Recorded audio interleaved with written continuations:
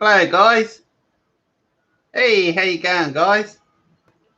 Hello. This is a first time I'm trying a live video chat at home in my office here. So I don't know. I'm just using a little webcam, USB webcam that I've owned for probably nearly 10 years on my computer. So see if that works.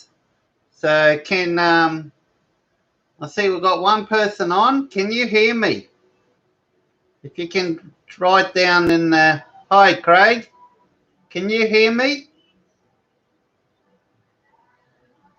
Does it sound all right? I don't know if this is working. This camera is sure can. Excellent.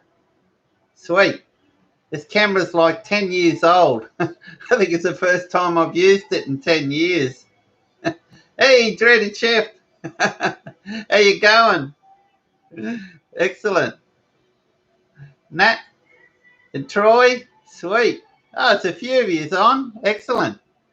I thought out of a blue I'd been doing a lot of thinking of late, and you know how I've been. Thought I'd ask. I thought I wasn't sure what to do, and I thought, well, let's go and just do a live feed and ask me subscribers. Hey, Rob, how you going? Excellent. So this is what what Buck does, eh?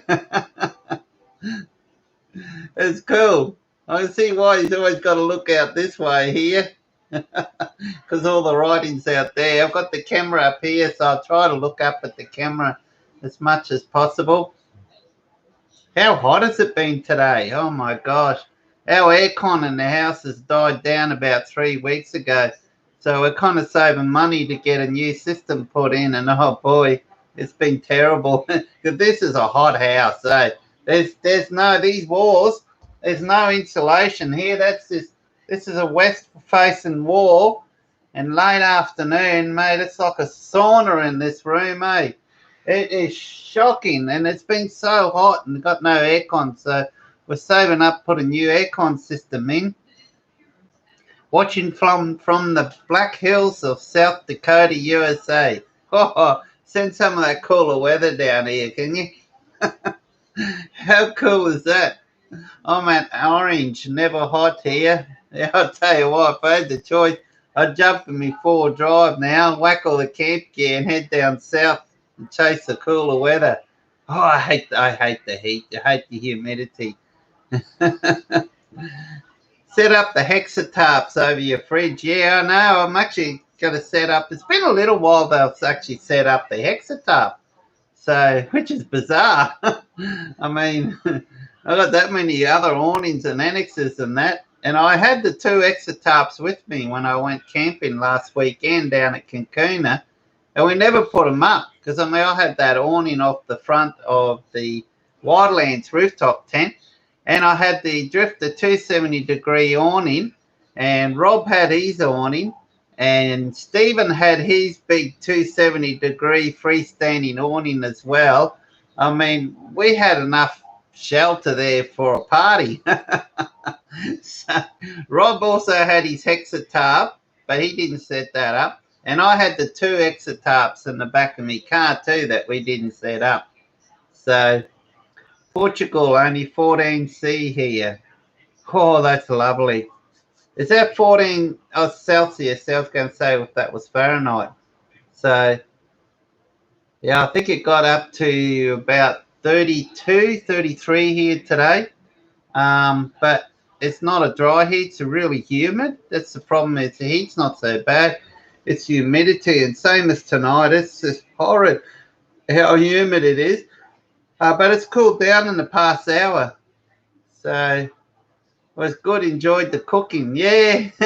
Hey, how was that? I tried one of Dan and Steph's secret recipe. They sent me up a whole heap of you guys. Do you know Dan and Steph from My Kitchen Rules that won it back, I think, in 2013? And they've opened up their restaurant down in Harvey Bay, which is not far from where I live. And I got to know him, and I chat to him occasionally. and he sent me up a whole heap of his some of his dry mixes and all that. And he said one of them is and I've been putting it off. I had it for quite a while, and one was a Mexican spice. And you guys probably know me. I don't like hot food, but I happened to have it in the car, so I gave it a shot and I tried it. And I tell you what, it's not overly hot at all. Ask Rob how nice it was.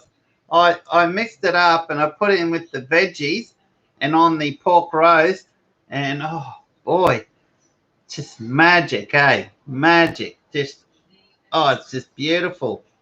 So, and they sell it too. You can actually go to their restaurant and buy all these spices and mixes and all that they have. And a real favourite one that I had there was a barbecue one. That was the first one to go. I've got another one that's still got half a packet left. That's a barley. It's a barley spice mix, and it's quite nice as well. But this Mexican one, I reckon it was my favourite so far. So it's really nice. It's awesome. So, well, so you guys have probably noticed there's been quite a few paid work going on my YouTube channel. So I've been considering, and actually I even consider it before I even started doing the paid videos, of starting up a separate channel, YouTube channel, still be under my name. So I'll call it something different. I don't know what. And have it separate to my private YouTube channel here, so I can continue with this one the way it was before. So it's not like I'm not going to have Drifter products or Drifter Stockton products on here, because you know how much I love it. So I like to keep doing my honest reviews and that. So I'm seriously considering making another channel and just have all the paid work. Any of the work that I get paid for to do, have it all on that. That way you guys, if you want to subscribe to it, you're more than welcome to. You can subscribe to it. If you don't, well, then it won't get all mixed up with the... And doing that too, it should give me more freedom on what I want to film as well. And I'm thinking about changing the YouTube name as well. I'm not too sure. Instead of naming it my surname, my name's surname. So I'm going to think of a nice... Maybe you guys can give me an idea what I can change it to. So I don't know. What do you guys think of doing that? I think that's the best way. So maybe I had a look in the past month. It's a month now that I've been doing some of the paid works, and excuse me. And I think there's 9 videos there now. So I think maybe I might just leave them on here, but from now on, or I could just, delete them off my channel. I've still got them saved on my computer and upload them to the new channel. That way you guys, if you want to, if you want to subscribe to it, you're more than welcome to subscribe. If you don't, you don't have to. And that way then, because, my personal videos won't end up getting lost in amongst it. What do you guys think? Is that a good idea? I think that's the way to go, eh? And it's something I've been considering doing for a while, but then I thought I'd give it a shot. I was going to do it. I was going to do it about 3 weeks ago, but then I noticed I had a big burst of subscribers coming on, and I had some really good comments coming through, and people really supported, and I thought, okay. Oh, well, maybe I'll leave the platform the way it is and see how I go. But yeah, no, I mean, my views have actually dropped in the last few weeks, but I've only been putting up 1 video a week though, in the last few weeks. Last month I was putting videos out every 2-3 days. But that was just, that was a drain. It took me a while to recuperate from that, because you guys, some of you are probably aware just how long it takes to edit footage. Because I've got a good camera and I film it on a good camera, and then I've got to edit it, and it takes a long time to edit, and it's basically just day and night on computer. If I'm not on the computer, I was out filming. If I wasn't filming, I was on the computer editing. and it just wore me out by the end of the month. So yeah, so I think I'm going to separate those videos. Yeah, because that's it. I'd like to keep my videos honest. I try to be honest. And last night it got me really thinking too, because there's a few people last night on the Drifter fans page that I'm in that telling me that your reviews, they're not honest anymore because you're getting paid for them. That's one thing I actually said to Luke. I even said to Luke that my videos are going to be they're going to stay honest. Probably for the paid work, obviously. I mean, the paid work, I'm told, I talk to Luke, he gives me a spill on the products, and then I just talk about those products and show them, because I've got a few new items here, some that just arrived this afternoon. They're going to get some photos off. That'll go up on the website soon. Some cool lights. There's some cool lights coming soon. So keep an eye out for those. There's some string lights. I think Luke posted a couple of images of them recently. I noticed they're in the background hanging off his hexatarp, particularly at the back of his house at his property. They're really cool lights. They only turned up a few hours ago, and I had some of them set up in here, and they're like party lights, guys. There's one there that it's big string, it's like 20 foot long, and it's got these little LED lights every 1 foot, and you can set it up like it's a party light. It's got all these different colors, and it's a little compact little unit, so it just winds up in itself, and it's a battery pack as well, so you can actually charge your phones off it. You can also use it to power the LED light in your Wildlands rooftop tent. And it's got a little solar power thing. So it's like those little puff lights. So they got the solar on them. So you can charge them, set them on your dashboard and charge them. But if you don't want to, and this is what I love about this, you can also use a USB charger. So it comes up with a little charge lead. So it's got another port in there that you can charge it off your car battery. And I reckon it's going to be really popular. So it's probably, I wouldn't be surprised it'll go up online tonight, actually, to be available. So keep an eye on that. They're awesome little lights. I didn't expect they were coming. Just the package just turned up.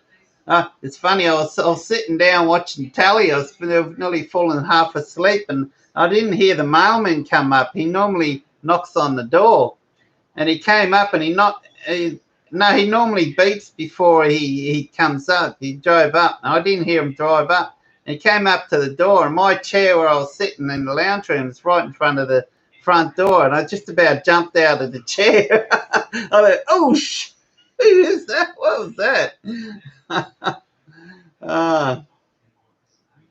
Maybe put those videos on the Stockton page.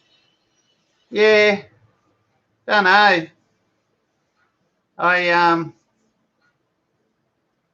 Luke just said, you do those videos, just keep them. It's up to you. He basically up to me. He said, if you want to create a new channel and put them on that, do that. If you want to keep them on your channel, you're welcome to do that.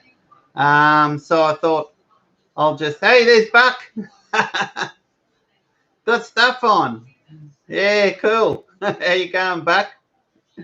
So yeah, that's what I'm thinking. So it's something I'm going to just. It's basically, it won't take me long to create this other channel. The thing is, just got to work out what I'm going to call it. And I want to change the name of my YouTube channel here as well. So that way, the two channels, even though they're both going to be run by me, but they're going to be separate. So that way, no one will get mixed up with paid work and my own personal videos. And that was also give me the opportunity to film what I really want to start filming about on my personal channel. So I don't want my personal YouTube channel to be linked. So it's obvious that that's obviously it's going to be me in it. There's going to be me in it because I'm in front of the camera. So not much I can do about that, but I'm happy to do that. I enjoy doing that. So I actually enjoy being in front of the camera for a change. I usually always hide behind the channel. I'm just going to go through the chats now. I haven't been keeping up with the chat. So obviously it looks like you guys think it's a good idea. I think so. So, well, I'm amazed how many. Oh, 18, cool. that's all right. Tell you what, Buck, I don't know how you keep up. Jesus, only 18 here, and it's hard to keep up with the chat. How do you do it? It's 200, 300, 400 people. They must just go chun, chun, chun, chun, chun, right up. I don't know. That must be tough, eh? It's hard enough. I'll probably go through and check on the chats later. But I thought it'd be Pearl. I'll just jump on here and try out this camera and see how it goes. I might have to. I don't know. How's this video? Is it any good? So it is hard to miss a lot. Hang on, let's. Yeah, live. I'll have to get back and do some more cooking videos. Of late, my cooking videos, some of the particularly, if you go back and check out the one that I did, the 8-hour brisket on the $79 smoker that you can buy from Bunnings. From about Christmas Day, that video took off. It's up around nearly 7,000 views since Christmas Day. So it's one of my most successful video that I've filmed, and it's constantly getting in excess of close to 200 views every day, even now. So it's quite popular. So I wouldn't mind getting back into doing some of those. Problem is I don't own a smoker. That smoker that I used belonged to my sisters down the Gold Coast. And it was the first time we ever used it. And it's the first time I ever cooked a brisket. But I did have some really good help. And he's on here right now. You know who I'm talking about. Ryan, the dreaded chef. I sent him a message and I said, Ryan, I need help. I got this brisket. I've never done one before. What do I do? And he told me what to do. And the first time we ever cooked one, and it came out really good. But we reckon it would have came out better because I didn't follow his instructions 100%. There was one stage it was cooking, and it kind of stalled for a while, and we were wondering what's going on. This is strange. And I said to my brother-in-law at the time, and I said, well, it must be cooked. I said, yeah, we're all hungry. Let's get it out and just cook it. But if we probably had left it on there a little bit longer, Ryan reckons it will come out mint. But I tell you what, Ryan, it still came out really good. We really enjoyed it. And I want to have a go. So one day I'm going to go. I've actually been around Bunnings. Not Bunnings. Yeah, I have. I've actually been around to see what smokers they're offering. I'm actually thinking about, and I am going to do this. I'm going to go buy one of these $79 smokers from Bunnings so I can use here at home myself. And I'm also going to go to Barbecues Galore and go pick up one of the $600 or $700 ones that they've got, which is very similar, and do comparison videos between those two. So that's the plan I've got in the future coming up. So I've been looking around. There's a no-brainer. I'll pick up that cheap $79 one from Bunnings because that one. Yeah, mate, just Christmas Day. I don't know. A lot of people must have got that for Christmas Day, and they did a search online, and my video came up on the 8-hour brisket on that thing there. So if you haven't seen it, you should check it out. It's something like nearly 7,000 views on it since Christmas Day, which is brilliant. So I need a haircut. I had one last Monday. When did I get? Saturday morning. I think it's one of the shortest haircuts I ever done. I told him to go number one over the top and blend it down to about a half on the sides. So I like it because I get up in the morning. I don't have to brush my hair. How's work, Phil? Yeah, it's good. It's good. I'm really enjoying. I've been doing a lot of photos, mostly photos of late. I've been taking, and I enjoy doing that. So you probably would have noticed there's quite a few photos that are starting to get updated. We're trying to go through and update as many of the photos with better quality images on the web page.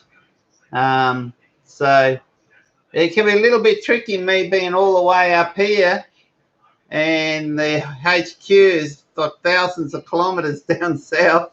Basically, the nearest drifter store is like 4 hours drive away. But Luke's sending all the stuff up to me, and I photograph them, and basically they get stored here. So there's a chance that you might be able to come here once I've finished taking the photos and that of them. Some of these products. If you guys living locally around the area, there's no reason why you wouldn't be able to pop over here and pick up some of these if you want to buy any of this stuff here. I'm sure that can be arranged once I'm finished with it. Some of it I'm going to keep myself, like these lights. I mean, these lights are cool. That just arrived. There's 4 different ones that came. There's 4 different ones.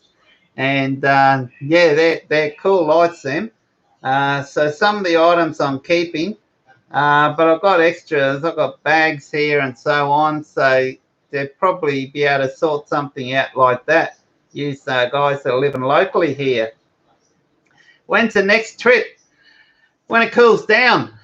It's too hot. It's worst time to go camping is when it's so hot and humid. It's not too bad to going down on the beach. Cancun is quite nice. Ask Rob, and Stephen will be in bed because he's got to get up. I know Stephen's in bed now, so he's not on because he gets up to 2:30 or so in the morning to go to work. More Italian dishes, I reckon. Yeah, actually, we cooked a homemade lasagna today, and we just ate it not long ago. So yeah, we did make a homemade lasagna today. We make a lot of our own Italian food dishes. Even the what do you call that dessert? Oh, I can't even think of it now. Italian dessert. I make it myself. But I use a packet mix, and then I get the ingredients that I need and mix it with that. So I don't make it from scratch. Yeah, Cancun is really nice. The sea breeze, it's awesome. Tiramisu, that's the one. Yes, tiramisu. I think I actually did do a video on it once, showing the one particular packet mix, tiramisu packet mix that I used. But it hardly got any views. no one hardly watched it. So you're not a maniac. Tell Rob he's drunk. Yeah, no, that's few people of late have been asking me what's the go with the maniac, how that started. It's to do with my name, Philip Damiano, and it's Tofty. He made it up because he could never pronounce my name. And a lot of the times he said it, it's kind of came out sounding like maniac. So he just thought, oh, bugger it, I'll just call him maniac. Says he couldn't say my name. Yeah, that's it, Rob there, Damiano, Damaniac. He used to say it like that, didn't he, Robert? Yeah. So, yeah, and my YouTube channel, I actually did change it to Phil the Maniac once for a little while, but it didn't get the best response. pods. I was going to some live feeds and chatting on some live feeds, and I was actually blocked because of my name, so I changed it back to my own personal name. Otherwise, it probably would have stayed Phil the Maniac. So it's not because I'm a maniac. It's just, it's just that because Tofty couldn't say it. It'd be funny if he was here watching now. So we can all blame Tofty. What a character that guy is. Man, if you ever get a chance to meet him, geez, he's a character. He comes up with some funny liners, eh? Same as Buck. Get Buck and Tofty together, man. What a what a laugh those two are. Especially after they've had a few drinks. Yeah. So what else have we got here? I'm going through the posts and I've got 23 people. That's cool. I don't mind that there's not too many. I don't know how you'd handle it if there was 200-300 people. Yeah. So what do you reckon, guys? Start up a new channel and move all the paid work onto that and just keep it separate from my own channel. That way my stuff won't get... Because I've got the series that I'm filming on the 12-volt battery set up using the... Hang on, let me grab it. Look what I've got here, guys. Some of you, excuse me. Some of you, I don't know if you've seen this before. We're doing a live video here. So, let me get this. Got this from Andrew St. Pierre White.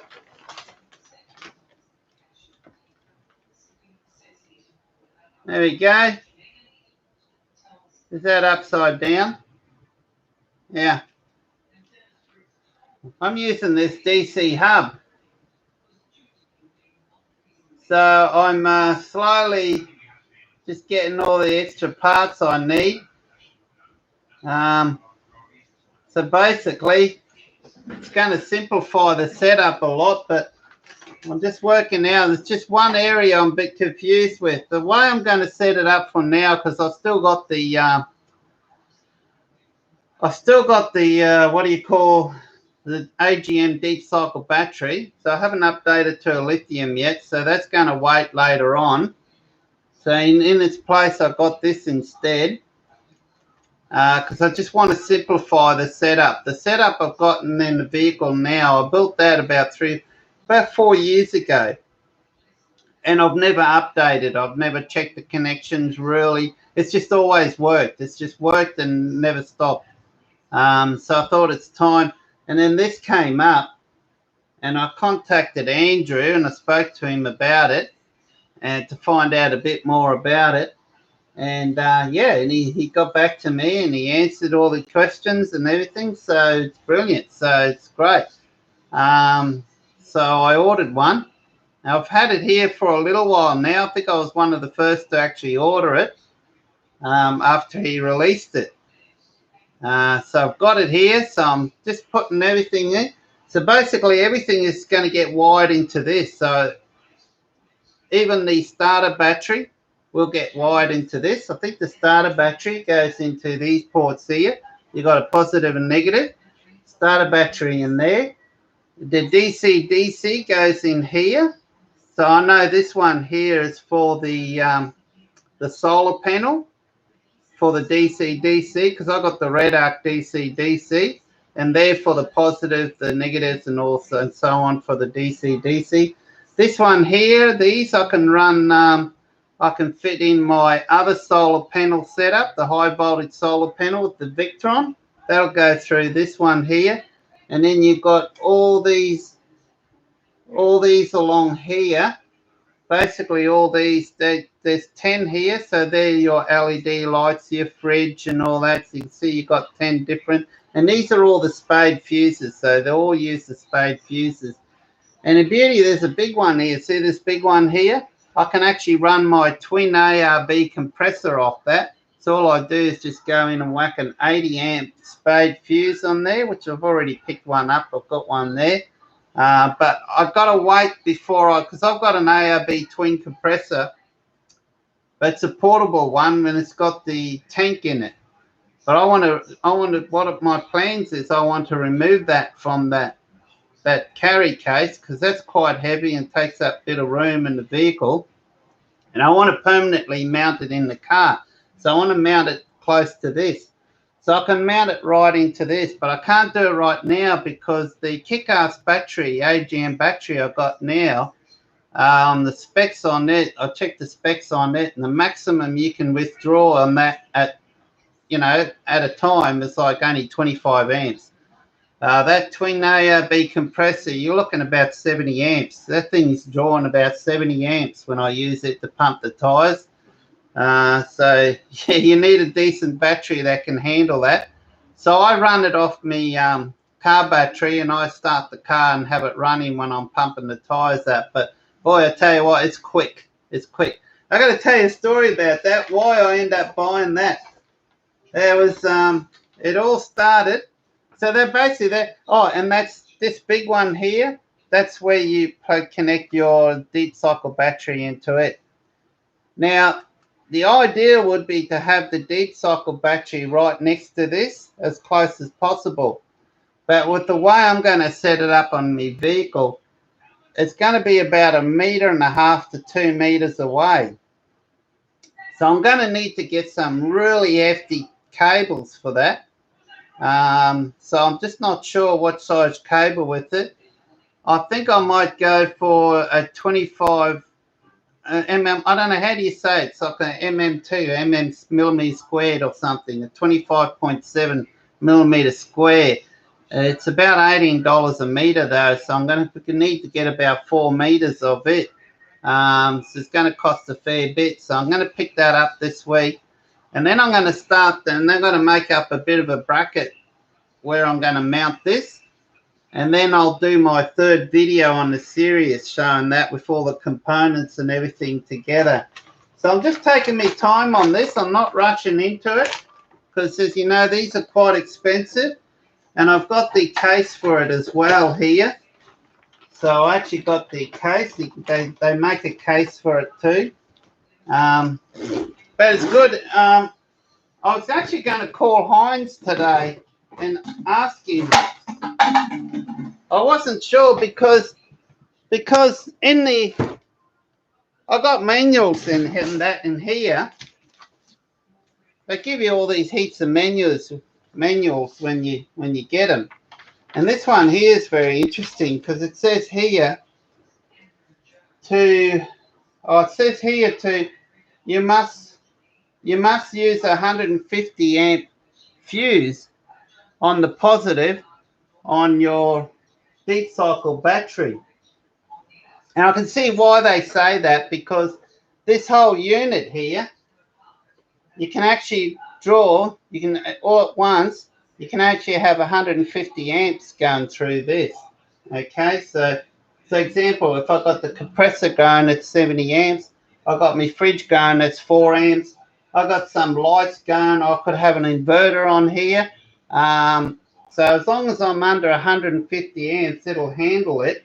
So I'd say that'll be why they're suggesting to, but geez, 150 amps, if you're running cables that's 2 meters away, I'm never ever going to draw that much. The most I'll probably draw would be about, the most it'll go up to be about 80 amps when I'm running the compressor.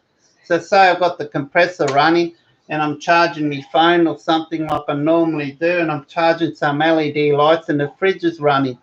So it might get up to 80, maybe say maximum 90 amps at the most. So I don't know whether I'll put 150 amp on there. I'm thinking maybe put a whack 100 amp on there. Otherwise, you're going to put 150 amp and you're running a cable 2 meters. Man, how thick is that cable got to be? You know what I mean? How thick's that cable going to be? It's going to end up cost a fortune just for the cable. So, yeah, see you, Rob. So I don't know, any of you guys out there, what's your opinion on it? I'm thinking going that. I was going to call Heinz today, but I totally forgot about it because there's this phone number here. So hopefully it'll link to Heinz, and I want to ask him that question. So I just need to make sure on that, because I want to do it properly. I don't want to risk anything there. So yeah, that's what I'm thinking about. So that's going to be third series. Hopefully this weekend I'll have that video out, but just got to work out these cables. I've got the DCS battery, Phil. Yeah, DCS, they're the ones that are up, and those guys, they're actually not too far from where my sister lives. So if I did end up getting the DCS battery, I could just drive there. And let's see, it loves big charge and DCS discharge. I'm very happy I had a coffee machine pulling 120 volts. Yep. Yeah, there's four lithium batteries I'm looking at. There's a DCS, there's a one that's at iTech. In fact, they currently got 20% off, I see. There's an Enerdrive battery, but they're pretty expensive for what they are, isn't there? And there's one more, I think it's, what's it called? Altec? No, not Altec. I don't know. There's another one. He's actually based in, and I spoke to the guy before, and I bought my DCS charger off him, and he's a really good guy. He's really cluey, and he's got this humongous big caravan set up and this big 4-drive, almost like a Unimog thing. They tows around. He's traveled around Australia with his young family and running this business. And he's originally from WA, Allspark. I think that's it. Allspark. I've heard good things about their batteries as well. So Mtron, yeah, Mtron's another one. I think Mtron. What's his name again? I was talking about him before. Andrew St. Pierre White. I think he's currently using the Mtron. But I've asked Andrew what he thinks of him a few times now, and he's never replied about it. So it makes me wonder, maybe, because it was given to him, no doubt. Maybe he's not happy with those batteries. I don't know. Why is he not replying? He's basically replying to just about everything else I ask him, except whenever I ask him anything to do with that battery. I think it's an Mtron. I don't know. One he's got, it's a blue one. It's like a blue case. And it's really cheap too. It's really cheap. It's like cheap like your iTech World ones and that. I think actually it might even be cheaper. But yeah, he's never ever said anything about it. So it makes me wonder, maybe it's not really that good and he doesn't want to admit it. Don't know. So I'm a bit dubious about that one. DCS would be the way to go. I'll just drive to the Tamborine Mountains and pick one up off the boys there. So that would be a nice battery. Apparently they've got good warranty, and apparently you can run it inside your car and use it to start your car as well, but they give you less warranty on that. I won't do that. I'm going to store it inside the vehicle. Now, why isn't someone making a 12-volt coffee pot machine that uses an Anderson plug? I think you can buy them. They've got cigarette plugs. You just cut them off and put an Anderson plug on, like you do with your travel buddies that you buy. They come with a cigarette lighter plug. Beats me why they come with this. I bought the travel buddy about a year ago now, and oh my gosh, the first few times I use it, I go to pull the cigarette plug out, just about burns me hands. And it's not that I'm not using big cables. No, I took no chances in mine. You should see how thick the DC cables, 12-volt cables, are using in my vehicle at the time when I built it, and all the fuses on there. This thing here was almost glowing hot, so I put it down to the cable. He's actually running really thin cables, and it's fairly long cable, and he's running real thin cables from the DC hub to the actual cigarette lighter plug. For something that's drawing that many amps, I reckon it needs personally, I think it needs a higher, because that cable gets a little bit warm, even with the Anderson plugs on it. And another thing too, watch those timers on there, mate, because never leave them plugged into your vehicle like I always did. I used to just leave it always plugged into the Anderson plug on my battery box that I made. And I had the car parked in the garage. I never went anywhere for about 3 days one day, and I had to go somewhere, so I jumped in the car. And I could smell this burning smell. What the hell's that? Driving around the day and doing this stuff, and I come home and I thought, what's this smell? And I go at the back and the bloody thing is on. It's on, eh? And I think, oh, that's strange. Why is it on? I didn't turn it on, so I switched it off. And then I went to go cook a roast on it not long later. The thing was been running for like 2-3 days. Luckily, when I got the car parked in the garage, because I leave the fridge running all the time, I never turn my fridge off. So I've got a 240-volt charger, and I always plug it into the battery. I've got an Anderson plug there, and I just whack it in, and it's always charging there. Otherwise, it would have killed my deep cycle battery. So it's always gets fully charged. It's always trickle charges. And that thing was running for like 2-3 days, I reckon it must have.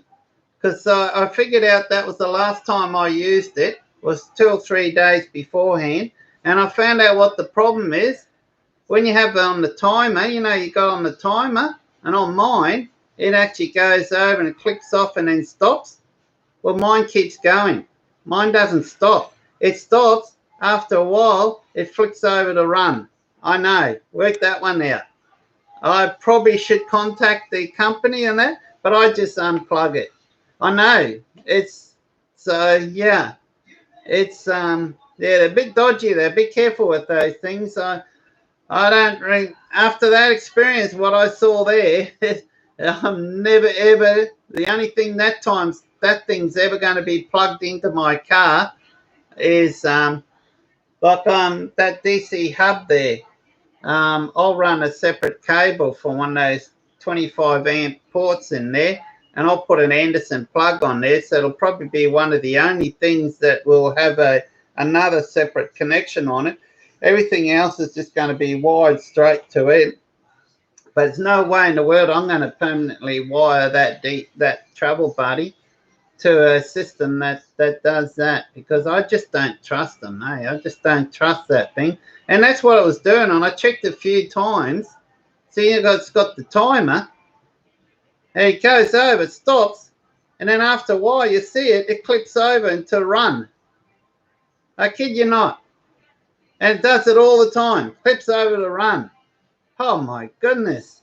So, guys, don't leave them. I see people setting them up with permanent connections. At least put a switch in or something so you can turn it off. Don't rely on that. It's probably a cheap Chinese. It'll be a cheap Chinese part that comes from China. Because all the parts on that thing's all from China. So, yeah, there's a warning for you. Heinz uses Amtron. He loves them, but I'm very happy with DCS. Yeah, it would be the Amtron, because he suggested to what's his name, Andrew, to use the Amtron. So, and it's pretty cheap really for what it is. It's quite. I mean, the DCS is a little bit dearer, but I think from what I'm reading, the DCS appears to be a better battery. I don't know. It's hard to say. It's hard to say, eh? So that's probably about the only thing when I set this up that's going to have a separate plug to it, because everything else will just be wired directly to it.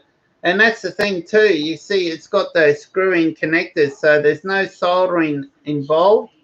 There's no big expensive joints that you use. So you use good quality copper 12-volt cabling. The copper ones, and it's actually set it. There's very specific. They've got a torque rating on each one, and it says you must set it at those torque. Luckily, I've got a torque wrench here. It's very accurate.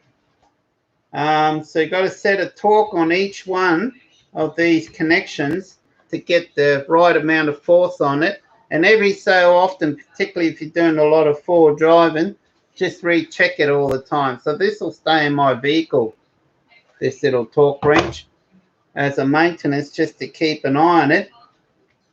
And if anything goes wrong, anything like that, a fuse blows, it's got a red light that comes on, and you know straight away which one is blown. So you don't need to search and everything, and it minimizes the cable run and everything. So it's ideal for my vehicle because I don't have a lot of room for all this stuff. So it's just going to simplify it so much better. So what else is here? Anywhere to drifter camps up this year now that things have seemed a little more relaxed? I got no idea. I heard a rumor, someone told me that they don't think there's going to be a drifter event in Gloucester this year. I think it's been axed. I don't know if it's true. I know Rob is talking about possibly doing one in Queensland. And isn't there one down at Victoria happening in the next week or two? But it's not run by Drifter, but it's just a group of Drifter fans down in Melbourne way that are getting together. I don't know if they're still running that. But Rob is still considering having one. As far as I know, I don't know if there's going to be one in Gloucester this year. From what I've heard. Who else is here? Check out DCS. Paid channel, the Maniac's opinion on stuff.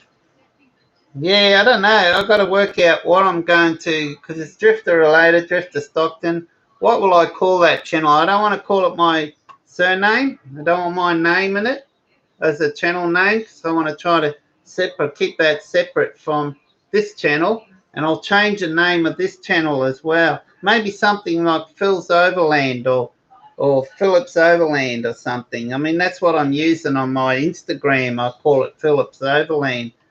Maybe something like that. I don't know. I'm not real good at thinking the names. So the next trip, whenever it cools down. What happened to the Daci awning? Oh, man.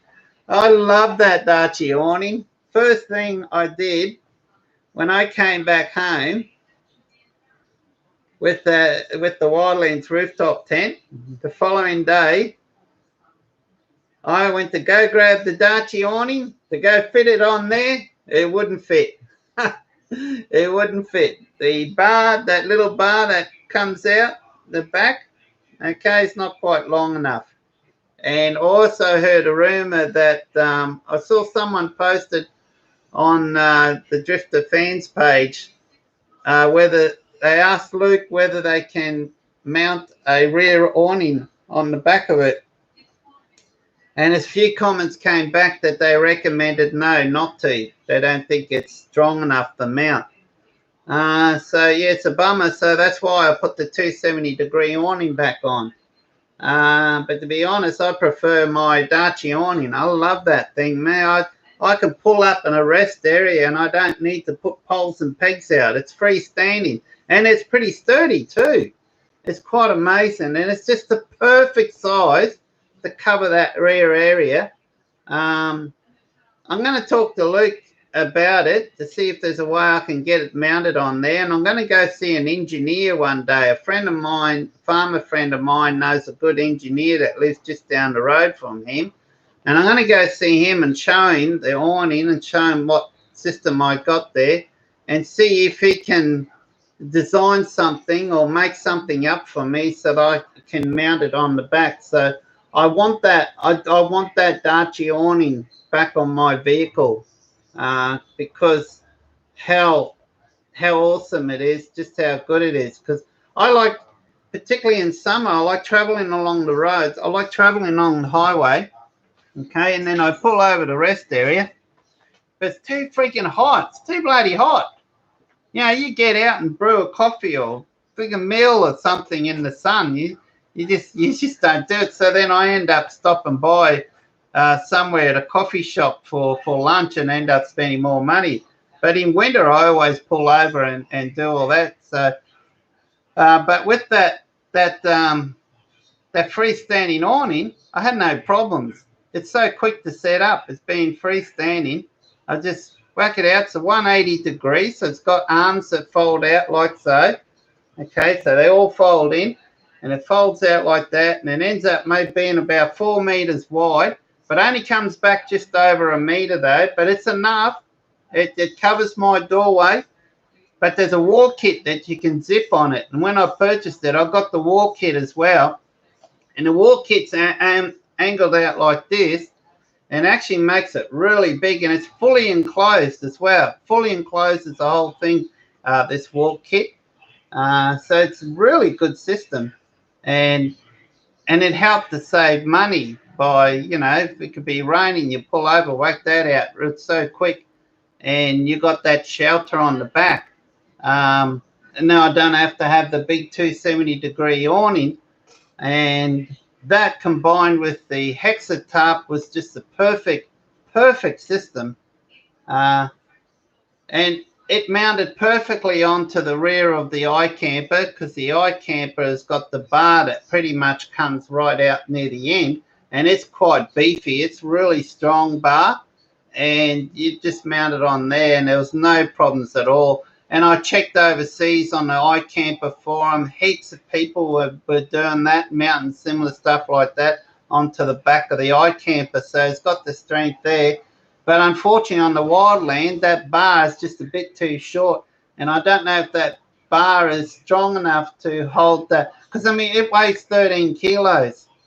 Because it's got to have the strong brackets on it. So it actually weighs 13 kilos. So it's not a lot of weight saving over the 270-degree awning. I believe the 270-degree drifter awning I've got is 17 kilos is the weight give. I've never weighed it, but that's the weight that they give on that. But yeah, I'm working on trying to get that thing back on there. But guys, that's a loaner. That's not mine. That rooftop tent is not mine. I've still got my iCamper there. And in fact, I'm seriously considering selling my iCamper to get something that's a bit easier for me. I'll tell you the truth. Okay, I'm going to give you the honest truth. I want a Bundu top. I want to get a Bundu top. So I've got my iCamper here. If I can sell that for the same price what I can get a Bundu top, it's going, it's gone. So if anyone's interested, it's a 1 year old, it's the latest version, 2.0 iCamper. It's got the drifter upgrade kit for the power and the lights. I've got a brand new Annex worth $1,000 I've never used. I've only set it up once. I took it out the packet once and set it up in the backyard, but I've not used it. So it's brand new. I got the summer tent, brand new, only once. I took it out the packet and I set it up in the backyard just to get some photos and a quick video. I've got that. I've also got the awning, a little awning that goes out the front to give further protection to the rain. I've only ever used that a couple of times. I've got a like a shoe basket thing that I've never used. It's brand new. I've got like another shelf thing that hooks up on the side where you put your phone and stuff in. Brand new, never used. So if I can sell that for the same price, I can get one of these Bundu Techs. Because those Bundu Techs, guys, you just walk up to it, press the button, 13 seconds, it's all set up. And your bedding's all in there. So that Wildlands, that's not mine. That's a loaner, guys. So I've got that from Drifter to do the videos and the photos and help promote it. So now I like it. I've actually almost considered selling the iCamper and just buying that one off Luke. But I got to think of the future. My back's not the best, and I really want something that I can leave a bedding set up. I want to go uptown and buy a Doona set and its own pillows, set it up in the rooftop tent and just leave it there. I don't want to have to start taking it down, taking it off. And that's the beauty with the Bundu Tech. You can do that. You can leave all your bedding up there. So it's got a lot of advantages. It's got a few disadvantages as well, but for me, it's got more advantages. And I actually, when I was down in Brisbane a few weeks ago, I actually dropped by and at the they just so happened to be located in Gold Coast, and I dropped by and had a look at one. So they've got some stock coming in. They're made in South Africa, and they've got stock coming in. That's my my goal, my plan, my wish is to have one of those sitting on eventually up on the Pajero. Now, if I could sell my iCamper, I reckon if I'll ask, I've worked it out. The total value of the iCamper that I've got is almost $8,000, with including all the components. So that's 8 components, and 4 of those are brand new, never been used. And I know there's a big waiting list on the iCamper, so I should be able to get that money. There's a huge waiting list on the iCamper. People are just starting to get them now in Australia that's been waiting 7-8 months. And I actually did for a little while, had quite a few people message me, are you going to sell the iCamper? You're going to sell the iCamper? I love the iCamper. The biggest problem with it is the bed. The standard mattress they come with it, it's like a freaking torture machine. It's freaking terrible, man. So you got no choice. You got to get rid of the mattress. And so I've got the 2 X-bed beds. So I've got 2 self-inflating beds. One's like a double size, and another one's like a huge single size one. And it's great when you get to camp. You know, you just pull the inflation bung out, leave it be. 20 minutes later, you put the bung back in, and it's really nice. They come with a little pump, so sometimes I've got it, particularly on the double size one. You got to pump it up for about a minute to get enough air in it, but I like it soft, so I don't pump it up too much. I like it soft, and it's really comfy. But there's 2 of them. That's no problem. And then you got to make your bed and that. But when you pack up, you got 2 self-inflating mattresses you got to roll up and try to get out as much air as possible. And it's not an easy task, guys. and then your bedding's in the way. You usually got to take all your bedding out as well because they get in the way. And then you pack it back in there and you put your bedding in, and it's still a struggle to close even then because, guys, there's not much room in them. You can't hardly put anything in them. There's not much room. I did manage to squeeze in a doona, a king-size doona in there one day, and actually filmed it. It's the first time I did it. I've never been able to do it since. I don't know how I did it that day. But I managed to fit in a queen-size doona, winter doona, a -7 sleeping bag, a queen-size bed sheet set, and 3 pillows, and managed to close it one day. But I've never been able to. And it just so happened to be on video that I filmed about 7-8 months ago. So I've just had everything in the right spot. So I don't know. Phil Drifter Stockton. Yeah. But see, I do drifter stuff as well. There's drifter stuff that I film as well. Not just Drifter Stockton. Heavy, yeah, the Bundatech is awesome, but heavy. But I don't call it heavy at all. It's the same weight as my iCamper, 70 kilos. It's the same height as my iCamper, 30 centimeters. But the difference is the iCamper does taper down at the front, but it's 30 centimeters high at the back. It's 70 kilos. The Bundatech is 70 kilos, but it's 30 centimeters all the way around. And that's probably one of the biggest disadvantage of it, is that front section. You got that big flat area. So how much fuel is that going to cause you to run? But hey, even if it, even if it does increase the fuel mileage by 1 litre per 100 Ks, it's going to be freaking worth it. And I can pull up a camp, push a button, 13 seconds later, climb in and go to bed. Man, that's what I want, eh? I don't want to be spending all this time setting up hours, setting up this and that, and betting this and that, and I just want a real simple setup. I'm at that age now. When you get older, and I've got a bad back, and I struggle doing stuff sometimes now. I get a sore back, so Phil the Drifter Man. Yeah, I don't know. I'm going to go through and check your suggestions and see. I wouldn't mind talk to Luke first before, but Luke says that he's already told me it's up to me. Luke's a cool dude. He says it's up to me with whether I want to run a separate channel or not. He says I'll leave that up to you. So yeah, So that's what I want, guys. I'm chasing. I'm going to try asking 5.5. It's $8,000 values. It's 5.5, so it's got a brand new annex. It's got a brand new summer tent. It's got a storage rack that's brand new. It's got a pocket that's brand new. And it also comes with the full drifter lighting and power kit. I'll include all of that. I'm going to leave all that in there. So 5.5, guys.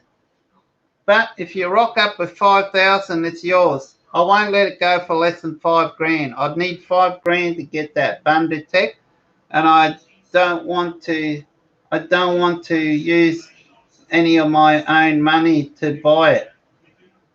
So $5,000, I'll do it. If I don't get that, then I'm just going to keep the iCamper. Just because the iCamper is a brilliant tent, a brilliant rooftop tent, guys. It is so easy, and it's king size. That's the thing. It is humongous, and I love the space in there. It is huge. And the thing is, too, when you open her up, your ladder is not blocking your doorway. But then that's not really a problem with I thought it was going to be an issue with your ladder up right next to your door. But it's not really a problem at all, because you just pick the ladder up and just move it. It's not like it's permanently connected on there like it is on the iCamper. And that's another good thing. The ladder is stored inside the tent. And that 70 kilo includes the ladder. I think that 70 kilo of the Banditech would not include the ladder, so that will be stored inside your vehicle. But that's no issue, as long as you don't have that extra weight up the top there. So I know my vehicle handles 70 kilos up there, no problems at all, even with the awning. But if I go somewhere like Fraser Island, all the awnings will come off, and I'll use my my Hexatarp. So all the awnings will come off, so I can get that weight down when I go Fraser Island. But I was talking to the guys at Banditech about that, and he told me Fraser Island, you'd have no problems. You could leave the awning on there. I wouldn't worry about taking it off, but I won't take the risk. I'll just remove it. So I won't have any awnings on there. It'll be just the rooftop tent and nothing else, and it'll be well strapped down, I'll make sure. Because I've got 3 bars on my Pajero. Cool, hope you get it. I hope I get it too, because I tell you what, it'll come to a day one day soon. I'll have no choice, because it's almost getting that stage now. I'm kind of starting to struggle a little bit with some of the setups.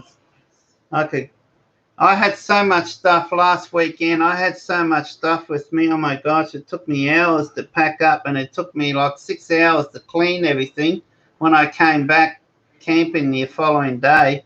And man, I was just about bedridden for nearly 2 days. I was stuffed, eh?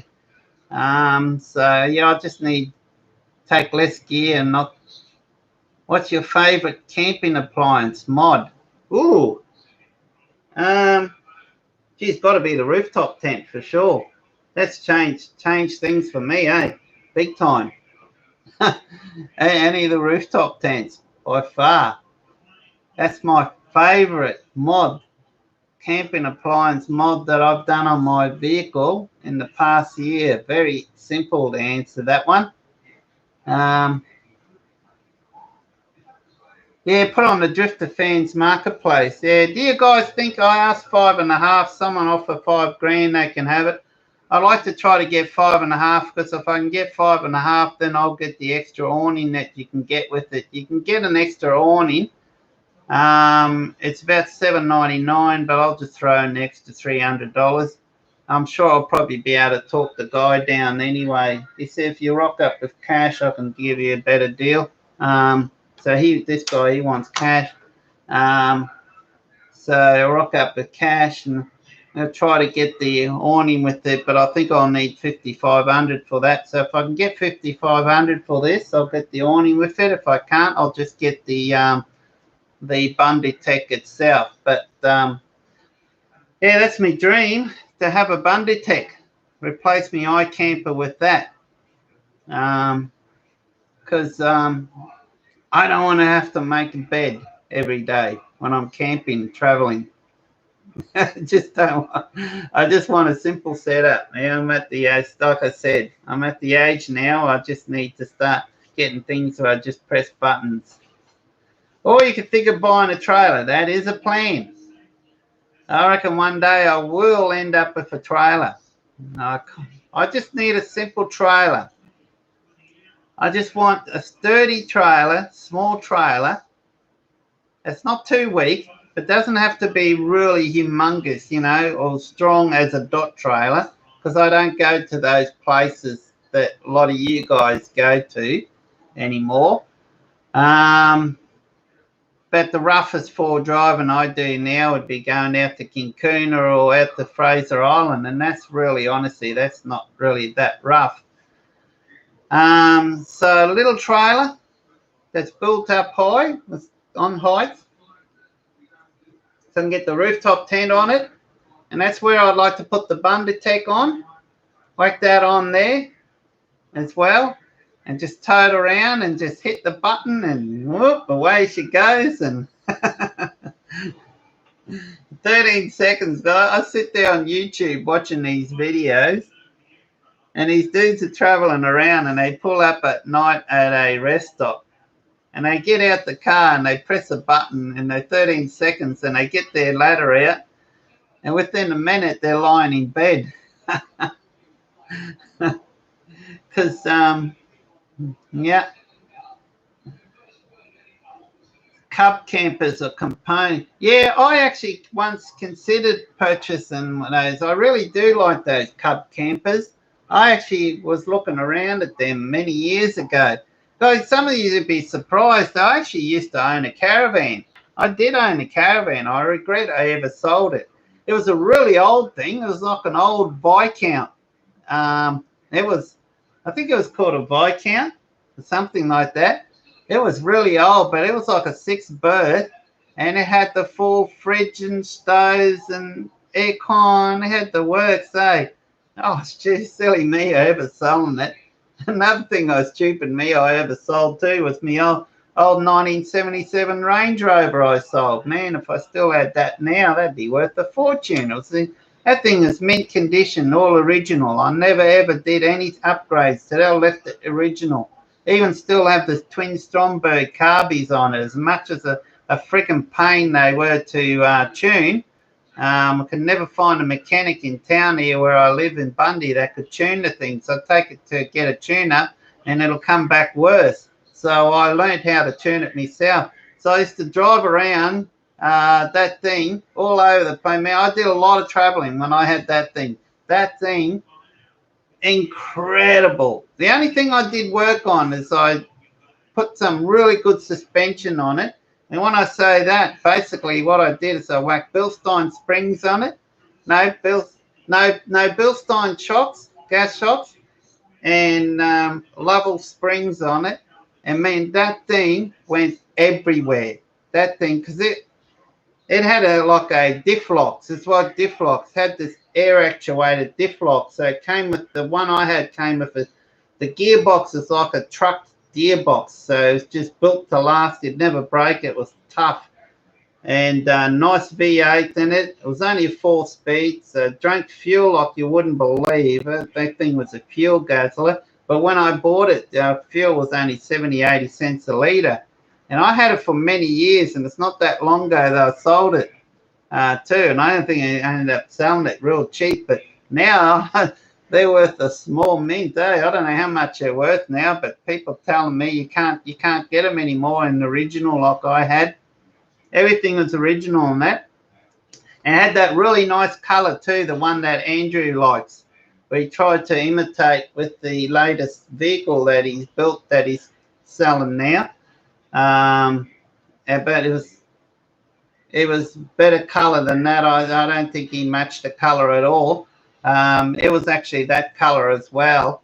So I never ever took many photos of that. I was going through my old photo albums and I found some over in Fraser Island. I found one the other day. I was driving through Eli Creek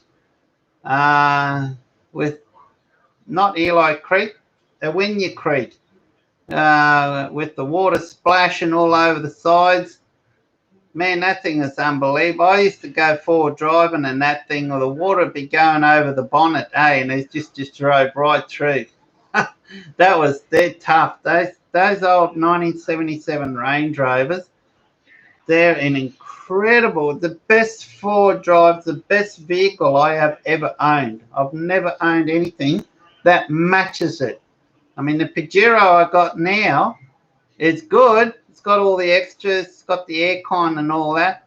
You didn't have any. You got no aircon or anything like that. You used to have these big windows on the side. We just turned it in, and it's just nice breeze that come in. So you really didn't need an aircon because once you got moving, they were great.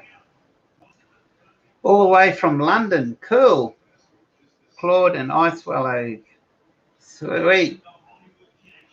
Some teardrops aren't on the top of place or what. For all campers there, are you thinking about buying a trailer? Not at this stage, no. Maybe one day in the future. Actually, whether I will, I don't know. If I get this Bundu Tech and it sits up on the vehicle and I find it absolutely perfect, then I'll probably just leave it like that. Because to be honest, I don't think I'll take a trailer to Fraser Island. I don't think I will. I don't want the hassle and the cost of getting a trailer over there and towing a trailer over and all that soft sand. So cable's not that dear compared to the other components you need. Yeah, that's true. Luckily for me, going back to the DC hub, luckily all the other components I already own. And luckily when I built my 12-volt system some 4 years ago, I knew lithium was coming around, so I made sure that everything was compatible with lithium. The only problem is my Red Arc DC-DC is a 1225D. I'm kicking myself I didn't buy the 1240D at the time. So I reckon when I get the deep cycle lithium battery, I'm going to have to sell my DC-DC 1225D, even though it's lithium compatible, and get either the new red one that's 50 or get the 40. But I was watching Andrew St. Pierre did a live feed the other day, and someone asked him a real good question, whether you'd go for the 50 amp Red Arc or the 40 amp. And he said he'd go for the 40 amp, no doubt at all, because the big difference in price just doesn't warrant it. He's tested both. I think he's currently got the 50 in his new vehicle he's got now, and he's been monitoring it, and the maximum he's had out of that is about 44 amps going into the battery. He's never seen 50 amps going into it. Whereas with the 40D, on the same battery, pretty much the same setup, he said he usually constantly gets 40 amps. So you're paying a lot more money for the 50, but you only get an extra 4 amps, and it's not worth the extra cost. So he reckons he's going to go for the 40 next time. And when I heard that, I thought, yeah, that's probably what I'll do. So eventually later on, after I get the deep cycle battery, I'll sell the 1225D and get the 40. So I reckon I'll do that. I do a lot of research, guys, before I get products. When are you showing me Cancuna, mate? Want to get up there and do a video, get some photos. Troy, anytime, Troy, you let me know. I'll take you over there. Yeah. What other messages have I? How long have I been going for? Now I'm 14. God, geez, guys, I was only going to go on for about 15 minutes. Geez, I'm glad I don't have Mr. Patterson here. It's good you guys are all behaving yourself too. There's no naughties on here. Thanks for that. I really appreciate that.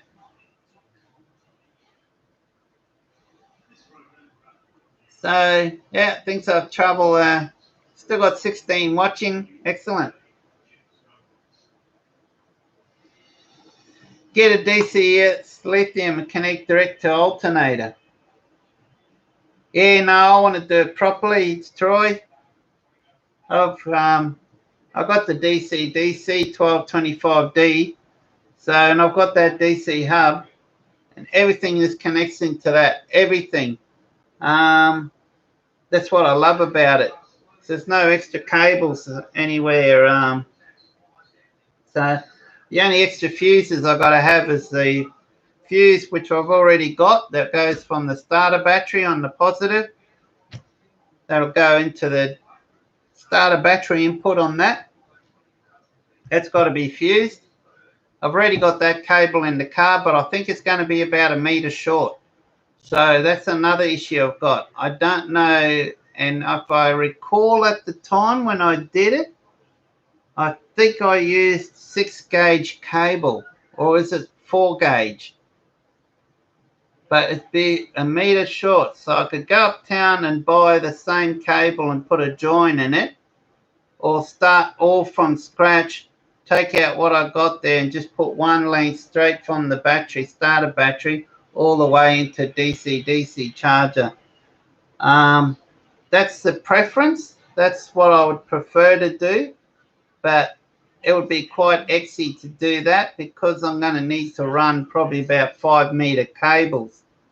I can imagine how much that's going to cost. So maybe what I'll do this time, just to keep the initial cost down this week, is just get some extension leads and just put a join in.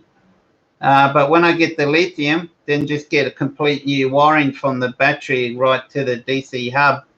And I'll just keep a close eye on the joint and make sure it doesn't get hot or anything. Because I would imagine it won't be too long before I'll end up with the lithium.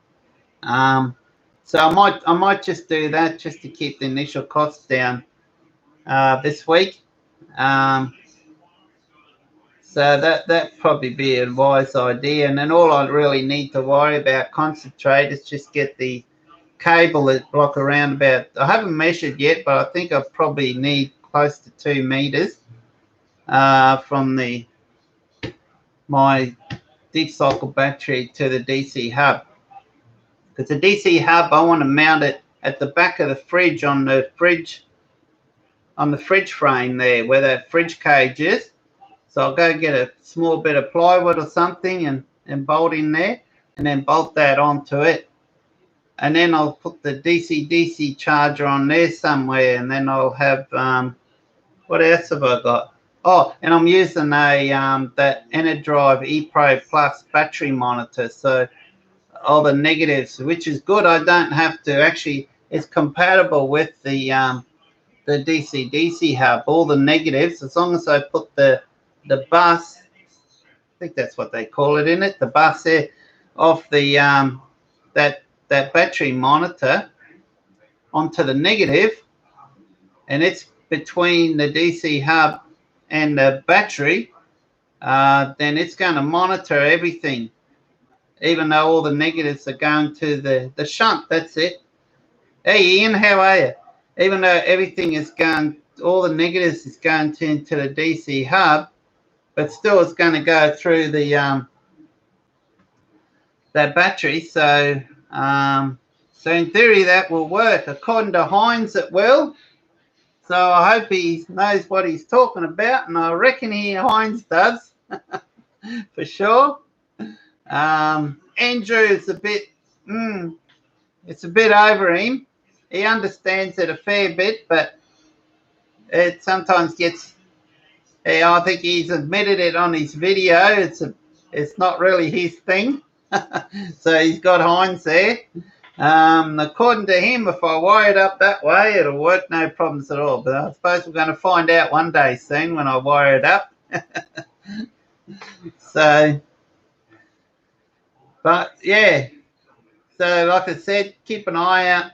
Part 3 on that series should be out this weekend as long as I get everything that I need. There's a couple other fuses I need. Tell you what, those big spade fuses, they're not cheap, are they? I went to go get a couple there yesterday and they're like $8 each. Oh, it's true.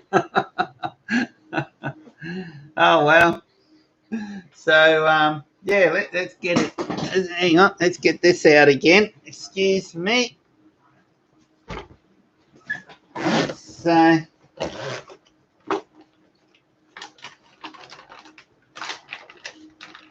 here she is. Let's get the DC hub out again.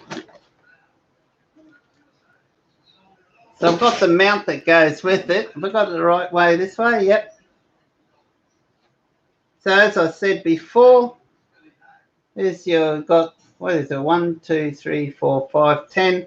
So you can have up to 25 amps on these. So it's your LED lights, well, each individual one's up to 25 amps.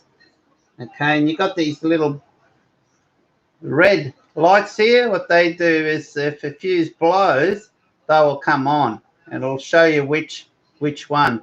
These are for spare fuses. You can put your spare fuses in here. That's a fuse point for your DC-DC battery. So I'll probably put a, I think according to the manual on my, if I remember right, I think I've got a 40 amp fuse on the one that's in the car, even though it's a 25D.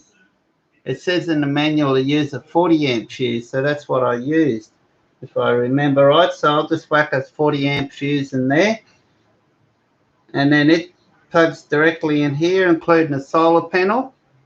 So that's the input for the solar panels from the DC-DC. That's the input from the car battery. So I'm not sure. At the moment, I think I got a 40 amp fuse. So I'm not sure what size. That's the thing. That's another thing I'm not a bit confused about at this stage. What size amp will I need for this? It'll probably match whatever the DC-DC hub, wouldn't it? So if they're recommending 40 amps for the DC-DC, then you'll probably put a 40 amp on here as well. Yeah, that would make sense, eh? Because that's how I got mine wired up now.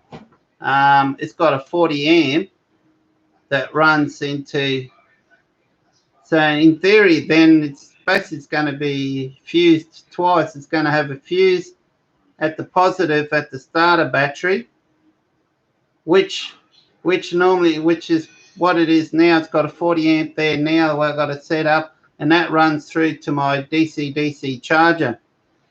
So if I leave that cable as is, the DC-DC charger would then go plug into here, and that cable that used to run into the DC-DC hub, the power, will now go into this, and that's where you can put the fuse in for the DC-DC hub.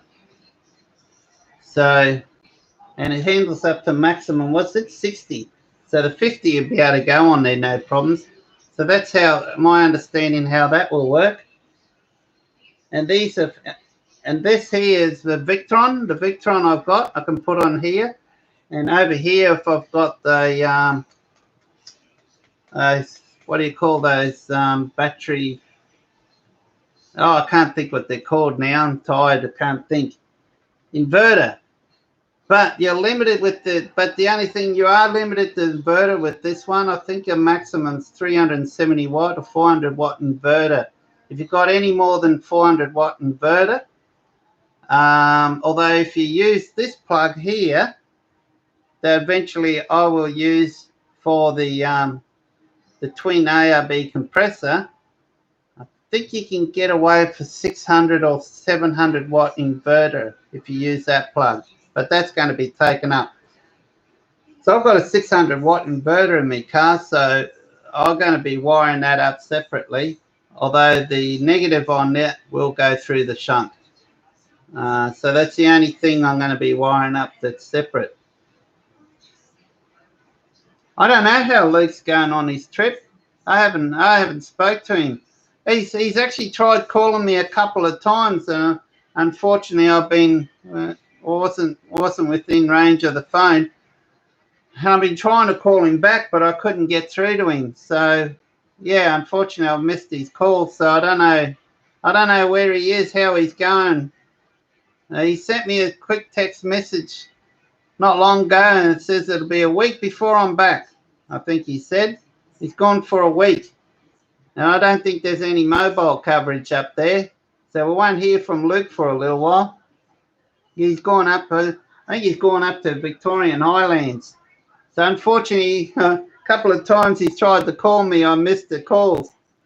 So all day today, I've had the phone back practically plastered right with me, and I just about flattened the battery. I just kept it in my pocket all day so I wouldn't miss his call. But he's never. I got a message. I've been trying to call him, but I couldn't get through. So, so I reckon that's how that will work. And then, of course, and you can see how big. Look at how big the connector is. There's some decent size cables I'm going to be able to use in this. Look at that. That's to connect your deep cycle battery goes into that. So yeah. So that's the only thing I'm not sure which size cable. I don't know how thick that would be. Well, now that's pretty thick. That's probably it's a decent size. What I might do is just go up to Battery Barn and show the guys this here and tell them I want a cable that's going to fit. Biggest cable I can get that'll fit in there. About 2 meters long, and see how much they'll charge me for that. I reckon it's probably going to come close to $100 just that cable, but I need it. So it's going to be my biggest expense, but that's not too bad, $100. If that's all I've got to spend extra, I'd be happy with that. So at least I won't have to buy crimps and get expensive connectors and all that put on. So it's where I'll be saving the money there. Give us a look at the back of the PCB, mate. Oh, it's just like any other PCB. It's tell you what, if you look close at it, it's really well put together, soldered. It's a solid unit. There we are. Can you see that?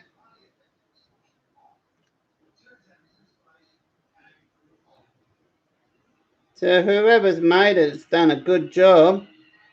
We expect it for the cost of it. These are super expensive, guys. These are not cheap. This was not given to me. I paid for this. So, yeah. So that's the back.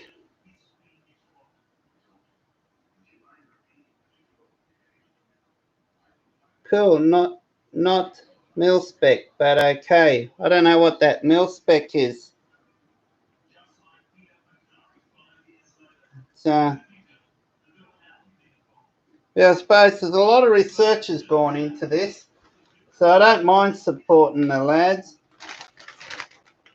And this is I might as well show you they have the box. Okay, so it gets mounted inside this, and this gets mounted onto whatever the board. So it's like a computer. You can see I've already got these mounts on here because I'm a computer tech by trade as well as a photographer by trade and a farmer. So my main hobby is a computer tech and photographer. So I've built many custom built computers. So I know all about these PC boards and putting stuff together like this. And then it's got this Perspex cover that goes over the top as well. So I just store it inside a drifter bag for the moment. And it's well packaged. You get all this when you get them. So made in Australia. It's using according to Heinz and Andrew, they told me they're using Australian components and German components. So some of the items on here, this is from Germany. So they got the best quality of the components on this. And they're coming up with another new system. They're coming up with something for your hot water system. It's a very small box. They're testing it now, but it's a very small box, and it's somewhat very similar. You know, Luke's dot trailers, the recent ones, where he's got all the hot water systems that's routed through this and that. You hit this switch, you hit that switch, and the water will come out there and that. Very something similar to that, but a lot more advanced and a lot more compact in a little box like this. It's super expensive. When he sells, it's going to be expensive. But if you want hot water, you set it at a temperature. Apparently, how it's working, you set this. You got like a thermometer somewhere, and you set it at a temperature, and it will not release that water until it's at that temperature. Because you know, like you got the Julka showers and that. You first turn them on, you lose a bit of water first, which is really critical if you go in remote areas. And I do go to a fair bit of remote areas when I'm camping. So water consumption is very important. You know, I need to save as much water as possible. So he's designed it so that the water will not come out until it's at that temperature, so you won't lose any water. But geez, I think he's going to sell it for $1,000 or something. I think it might even be more. It might be nearly double that. I don't know. I did see the price there once. I can't recall it now, but they're getting tested now. I don't think I'll be buying that. I'm simple when it comes to showers. I just use a bucket. I just put some water in the bucket, and I boil about 1 litre of water, pour it in there, and I just use one of those cheap lithium-powered shower things, whack it in the water, and shower it, and it gives you a really good shower. And the bucket I use is a Driftall PVC one that compacts down to nothing. So, man, I need a drink. I got a stubby cooler here. I got no drink in it. Oh, I'm so thirsty. I hope he does. He may ask you one day to go to trip with him. Actually, he's already asked me a number of times. Luke wanted me to go with him to when he did that trip to the Simpson Desert. But unfortunately, I couldn't make it. And he always said last year we were going to go to Fraser Island. I was actually in the process of organising a trip over to Fraser Island with Luke and a few others. And I think I was planning on doing that around September, October. Well, of course, you saw what happened with COVID. That didn't happen. They did say one day, but I want I want to drive down there one day and go with him in my vehicle. As long as he doesn't take me anywhere that's too ridiculous. Because I don't remember, I'm just driving a Pajero with no protection, no bull bar. All the upgrades and that thing is on the inside or up on the top on the roof. There's just bare nothing on the outside to protect it. So that's what I want to do one day. I want to drive down there when the weather cools down. I'm going to go down to New South Wales. I'm going to go visit the Heather Bray store. I'm going to go look at the Gosford store. And I'm going to go into Gloucester. I want to spend some time with Luke, and I want to try to go camping with him, and I want to go up the Barrington Tops. I've never been up there. So I've missed out going up there. I want to camp up there. So I want to do that soon when the weather starts to cool down. But I want to do it when it's cold. And ideally, I'd love to do it when it's snowing. I've never seen snow in my life. So I'd love to go up to the Barrington Tops while it's snowing to see snow for the first time. It's always been a dream of mine to see snow. Love watching your clips. Excellent, thanks.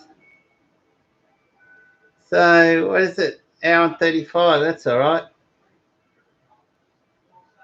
Time it right and you'll show snow up the tops. I missed it by 2 days. Ian? I was there 1 year in winter and I missed the snow by 2 days. It's the same at the Blue Mountains. I used to do a lot of bushwalking. I used to do a lot of long distance bushwalking. I specialised in ultra lightweight backpacking. In my spare room, I've got about 10 different sorted styles of lightweight backpacks that were made in America, because you couldn't buy this kind of lightweight gear here in Australia. Because here in Australia, they seem to have the concept that you have to have big, heavy-duty, big boots to go do backpacking. You've got to have a 20-kilo pack on your back. If the pack doesn't weigh 20 kilo plus, you're crazy. Yeah. To wander around on long-distance walks, and if you looked at the front of me, you could not see the pack behind me. It was that small behind me. So I used to be walking along, like one day I was doing the 6-foot track. Okay, I started at Jenolan and I was almost climbed up the top to get into Katoomba. And all these people, there must have been a car park nearby somewhere at the base before I climbed up the mountaintop, the hill, to get up to Katoomba. And I said, "Oh, mate, it's only about another 5 meters to your car there." They said, "Where'd you start walking?" I said, "I started walking 3 days ago at the Jenolan Cave." And I look at, "What? Where's your backpack?" And I turned around. "In that." I said, "You got your combination there?" "Yeah." Everything was just in there. I had like Cuban stuff, tents and hammocks and tarps made out of Cuban fiber. Very expensive stuff unless you bought it in the States. But yeah, I still got them. I got tents here made out of Cuban. I've got a 4-man tent here that weighs 200 grams. And it'll shelter you in a storm. I've got a tarp here that weighs 150 grams, and it's almost as big as the medium Hexa-Tarp. Well, probably not that. Probably 3/4 the size of that, maybe. Because it's made out of Cuban, and it's actually it's so fine. It's like a plastic bag, but so fine you can see through it. And it's wonderful where you had a hammock. I used to use a hammock. And you'd lay on it and you can actually see through it. And you can see the moon through it. It's awesome. I love that. I've still got that.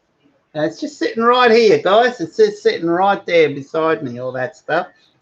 I used to use stoves that weighed 40 grams. I used to make a lot of my own stoves. I used to do dry I also used to do a lot of dry baking. What I meant by dry baking, I ran my own podcast at the time, where I did a lot of dry baking. And it's actually, you can see some of the gear right up here. See some of the stoves. Look at this. Look at this. So that's a full kitchen cook set. Pots, the whole works, stove, everything in there. It's probably less than 200 grams. That a lot of it's titanium. A lot of it's made of titanium. You can see there's a pot holder in there. So some of the gear, there's some here, some of the stoves here. I used to make a lot of. I used to build these. I used to make these. A lot of these. This one I didn't make. This one was actually from the States, from America.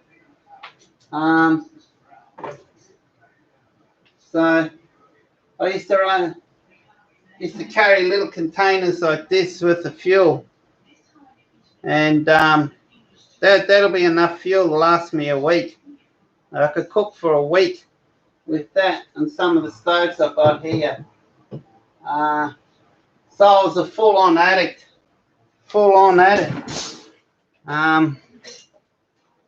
So these people there asking, you walked from there and camped overnight with that little backpack. How in the world did you fit your food in there? I used to rock up a camp, a little dry baking kit. Okay, it's a little tiny little stove that ran on what fuel did I use? I was going to say shallite, but it's definitely not shallite because she'd explode. Actually, it does explode because it actually happened by accident one day. Metho. And sometimes I mix a little bit of water in it to stop the pots from going black. And yeah, and I had this here. It's probably easier to show you. I've got one here. I used to have two of them, but this is the heavier of the set that I've got. Goes the fuel. All right, so this is one of my little dry baking kits. This is again made in America. I've got a much lighter one that I took backpacking with me. I don't know where it is. It's somewhere here. But this, okay. So you got a pot inside another pot. That's the stove. This is one of the stoves. This is one of the heaviest ones that I've owned. This is probably 40, 50 grams. A pot inside a pot. So you got like a windshield. Just use that in the windshield. Egg ring on the bottom. So that basically you put about an ounce of metho in here, and then you light it, and it sits underneath like that, and you've got a very small flame under there. It's very tiny. And then with your egg ring, and then you bring a cake mix or something, or dessert, and then you put it inside here, because you see there it's got that, I mean, I've got the windshield now. Of course, the windshield is standing around the outside. You got that gap in there so you don't burn your food, and you just leave it be. And you used to be able to buy, you went to your Aldi, and you used to be able to buy bread mixes and cake mixes and scone mixes, where all you had to do was just add water. It had everything in there, you just add water. So I'd weighed out what I need and put them in the zippy bags, and then I just measure like 200 mils of water or 150 mils of water, I think at the time. Pour it in a zippy bag, mix it up, pour it in here, whack that on that little fire and walk away and just leave it, and come back 40 minutes later to a really nice sized scone or a bit of bread or something like that. So that's what they call dry baking. Not many people do it. Not many people know about that. So very few people actually do that here. And I used to specialise in that. And you should have seen the looks I used to get from other hikers when they'd rock up at camp and I'd be sitting there munching away on a hot, steamy scone. and they're sitting there in their big 25 kilo plus packs. It's so funny. So yeah, I used to love that. I got the really lightweight. That's not the one I took with me. I got the really lightweight one. It's a much lighter kit. It's a much smaller stove. I don't know where it is. It's somewhere here. If you go back on my channel, my YouTube channel, I started it about 12 years ago. If you go back about 7 or 8 years ago, I've got videos on there using that set that I just showed you down at Kincuna, and how it's used. But I used a different stove at the time. That's one of my latest stoves that I got from America. So all this stuff is all big in America. You can't get all that kind of stuff here in Australia. Here in Australia, they have the concept that you got to have boots that weigh 4 ton. I used to do a lot of my walking in very ultra lightweight boots that I used to pick up. In fact, I had a mate who was the editor of one of the bushwalking magazines in Australia, and he used to get a lot of stuff sent to him. And he just so happened to have the same size feet as mine, so he had a lot of ultra lightweight shoes sent to him, and I still got them now. I save for when I go bushwalking and so on. And after he finished with them, he did his reviews on them on the magazine, because he had a magazine. He was the editor of the magazine, and he used to send them up to me for free. And I've got about 5 or 6 pairs of these special design boots that you can't even get anymore, ultra lightweight ones for bushwalking. And a lot of times I even just wore sandals. So you don't need your big heavy waterproof boots. You don't need your big canvas backpacks that weigh a ton. My backpacks, my heaviest backpack weighed 700 grams. And that's the one I used to use on my very long distance walks, such as one of the last big walks that I've done was about 5 years ago, where I went up to guts of Fraser Island for about 12 days. And I had everything inside a 700 gram backpack. And when I started that walk, that backpack, including 2 litres of water, only weighed 10 kilos. And that had enough food in there for 12 days, including that. And by the time I finished that walk, that backpack was down to about 4 kilos. So basically my bedding, the backpack, my clothing, what was not worn on me, and my shelter, the whole works, weighed basically less than 4 kilos. And I've still got all that gear here. I never got rid of any of that. So, yeah, I was big in the Australian bushwalking forums. They all know me there, guys. If you go there, my nickname, what they called me there? What was I called there? Ultra light walking Phil. They called me ultra lightweight walking Phil. I specialised in ultra lightweight. I used to cop some crap over it though, because like I said, a lot of people in Australia got the concept that you have to have packs that weigh 3-4 kilos. You have to have boots, waterproof leather boots that weigh 4 kilos. You got to have this, you got to have that, otherwise, you're putting your life in danger, so on. But it was actually the opposite. They were actually putting themselves in danger for the amount of gear that they were taking. And I remember when I first started bushwalking, I followed those advices, and I did a walk. It was about a 3-day walk through the Royal National Park just south of Sydney.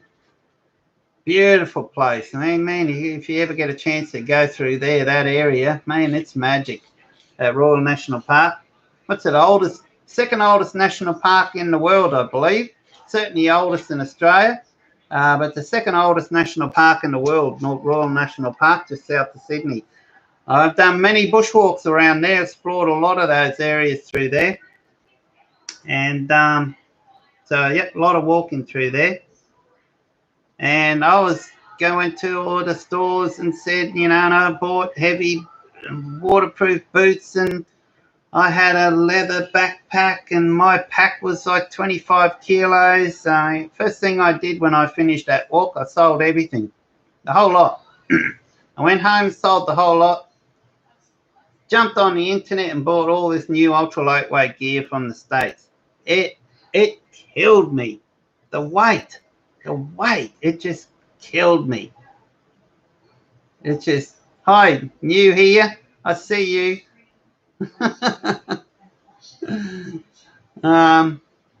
Yeah, I see you. So I did a lot of really long bushwalks. Probably one of the longest ones I did went for 2.5 months. With nothing more than that 700 kilo backpack. The size-wise, it was only about, I think it was about 40 litre capacity, and I had more than enough room in there. I had no cotton. I didn't take anything cotton. Everything was wool. All my clothing was wool. I had everything was wool. And down sleeping bags, goose down, quality goose down, which is the best down you can get. There's lots of different grades. So yeah, I'm very thirsty, guys. What's the time? 11:08. I'm probably boring you now. I don't know if you guys are actually even interested in what I'm talking about. A lot of yous have gone off to bed, so I might do the same. I'm going to watch a bit of telly. It's too freaking hot to go to bed, so I'm going to try to cool down. Jeez, it's terrible today. It's so hot. It's supposed to be getting hotter tomorrow. They're forecasting hotter weather even on Wednesday. It's crazy. Especially got no aircon in the house that works. So, yeah. So I might log off now. An hour and 52. How crazy is that, eh? I have to do this again one day, and this camera is pointing a bit too far up. There we go. Yeah, that's better, isn't it? That's much better. So thanks for tuning in and watching, guys.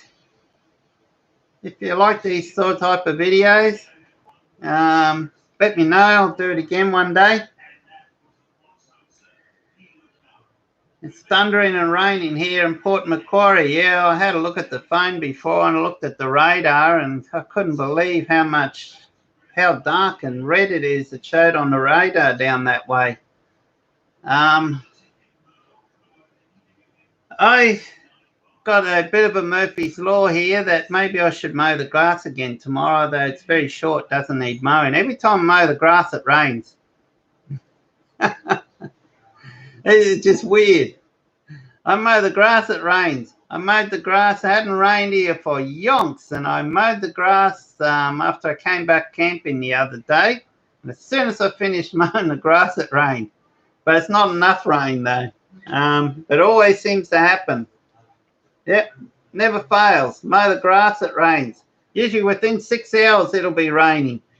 The other day, within a minute, I finished. I didn't even get a chance to finish cleaning the mower and it rained.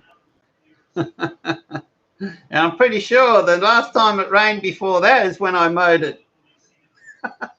I'm not kidding. So Brett Hooker's got the fact that when he goes camping, the rain always follows him. When I mow, the rain always follows me. So, yeah. Oh, well. It might cool it down. Hey, is it hot down there too, Ross? Oh, it's so freaking muggy up here. It's just terrible. Yeah.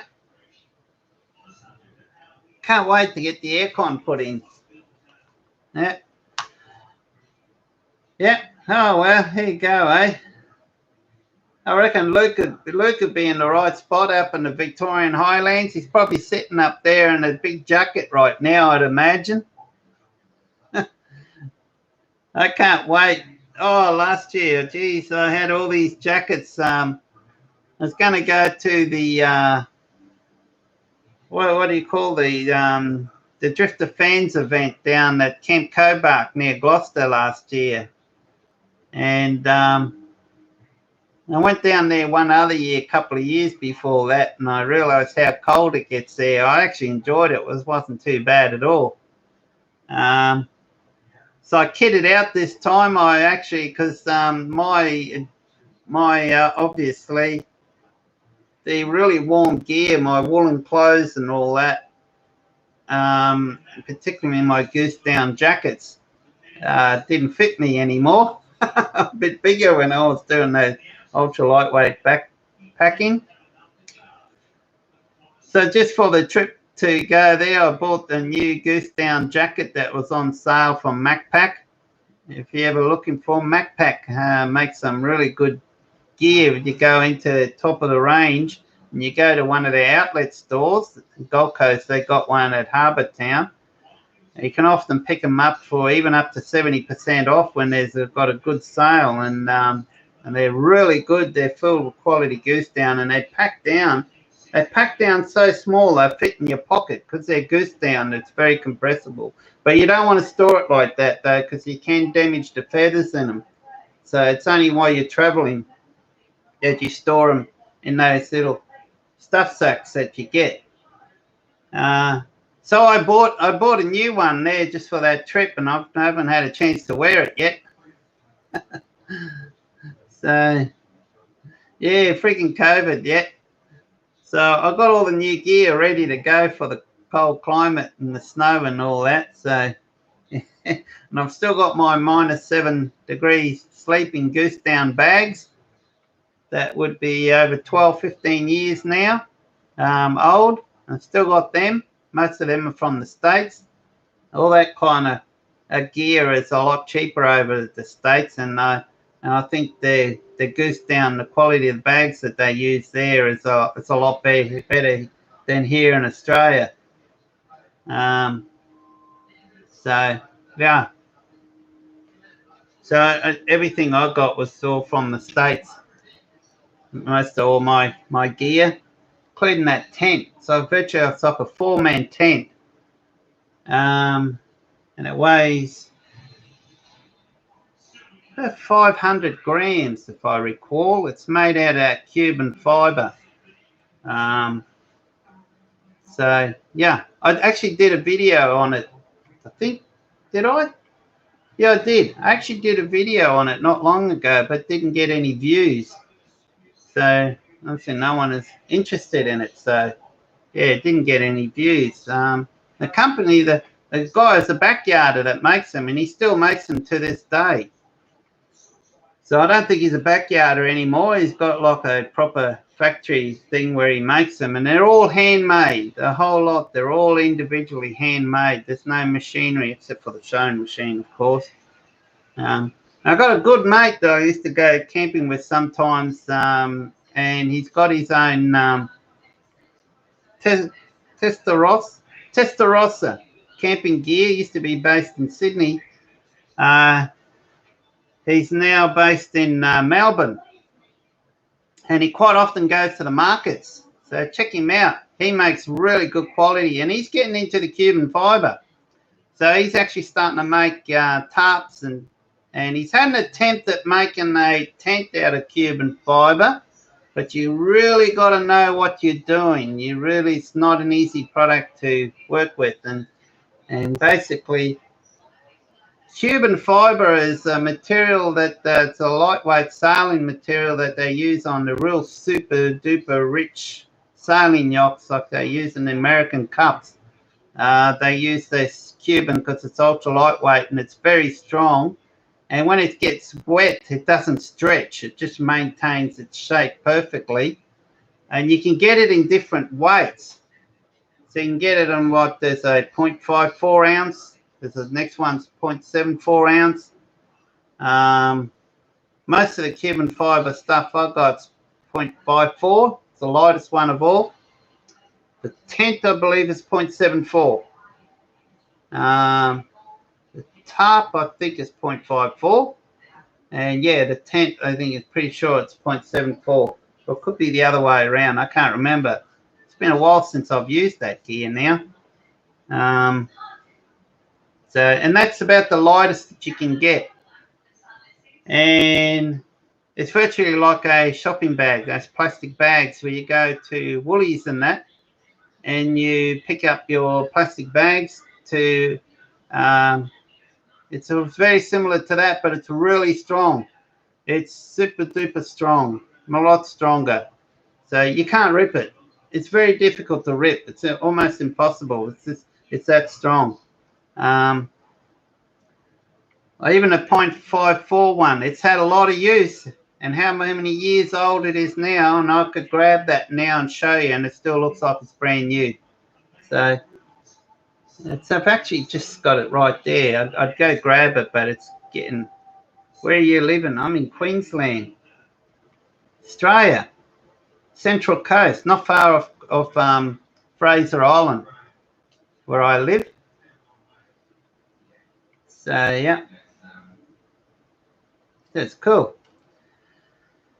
The message is held for review. More information. What is this? Potentially inappropriate message or held for review. Oh, that's cool. Looks like YouTube actually monitors this. Must monitor it automatically if you probably certain words you put on here. I am going to come down that way one day soon. I mentioned before I'm going to drive down there, and I want to go to Heather Bray store for a day. I want to go visit Gosford. I want to go to Gloucester. I want to catch up with Luke and go camping with him somewhere, and I want to go up to the Barrington Tops.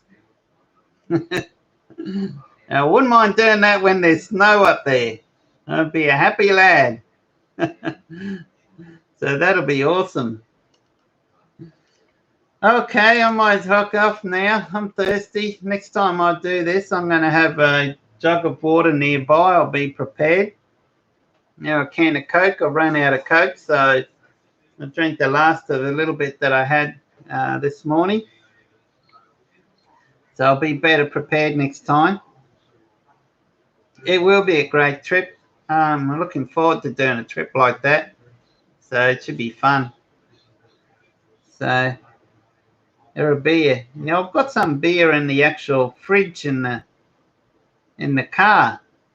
I bought some beer for the camping trip last weekend, but I didn't drink it all. I don't drink beer all that much. So there's some what a Great Northerns. I bought the Great Northerns. Oh, they were the cheapest I could find at the time that actually I thought tasted half decent. Everything else they had in the store I was at, it all tastes like crap. The Great Northern or the Iron Jacks for a beer, I thought it's not too bad. Look at this, I need a new shirt. Oh, well, considering this is probably 12-year-old t-shirt. I keep it usually when they get really old and they start getting holes in them, I wear them around home. So if you ever see me doing videos and I might have some holes in my shirt like this, yeah, I don't wear these when I go uptown. Always you wear them around home. I get the longest life as I can out of my shirts. Like I mentioned, this thing here will be 12 years plus old. I'll tell you what, they don't build t-shirts nowadays like they used to. Geez, they used to last back then, eh? And nowadays they don't anymore. All right, I'm going to log off now. 2 hours and 4 minutes. So I'm going to go watch a bit of TV, go have a drink, and go to bed shortly. And shall see you all next time. And thanks for tuning in and watching, eh? Those 9 people are left watching. Appreciate that. So thank you. Hey, see you next time, mate. Bye.